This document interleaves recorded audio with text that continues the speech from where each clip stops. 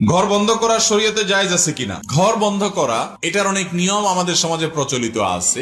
যদি রুকিয়া শারঈয়ার অংশ হয়, সেখানে বেশরিয়তে কোনো কাজ করা না হয়, ঘরে যাতে দুষ্টু জিনের উপদ্রব এগুলো না থাকে, যেগুলো আছে সেগুলো থেকে মুক্ত করা হয়, আজান দেওয়া হলো, কোরআন তেলাওয়াত করা হলো, এই জাতীয় কাজ করা হয়, তাহলে এগুলোর মাধ্যমে ঘরকে দুষ্টু জিন ব্ল্যাক ম্যাজিক থেকে মুক্ত করার প্রয়াস এটা গ্রহণযোগ্য হতে পারে। কিন্তু ঘর বন্ধ করতে গিয়ে আপনারা দেখবেন অনেক সময় দেখা যায় যে বিশেষ কিছু কাজ করে, কিছু প্যারাক নিয়ে আসে, কিছু যে আপনার আন্টি গুটি নিয়ে আসে, গরুর কলার আপনার চোয়াল নিয়ে আসে, আপনার ওই যে কি বলে ওই মাটির ঢাকনা নিয়ে আসে, দেখছেন নি আপনারা এগুলা আইনা এগুলা ঘরের মধ্যে বেঁধে দেয়, এটা করে ওইটা করে, এগুলা জায়েজ নাই। বিশেষ করে এগুলো বেশিরভাগই করে তারা যারা ব্ল্যাক ম্যাজিক, জাদু এবং টোনা, হারাম বিভিন্ন রকমের পদ্ধতি অবলম্বন করে। এই জাতীয় খোনারা সাধারণত বন্ধ করতে গিয়ে এই সমস্ত আকাম করে, আমরা জানিও না। এই জাতীয় খোনারা সাধারণত বন্ধ করতে গিয়ে এই সমস্ত আকাম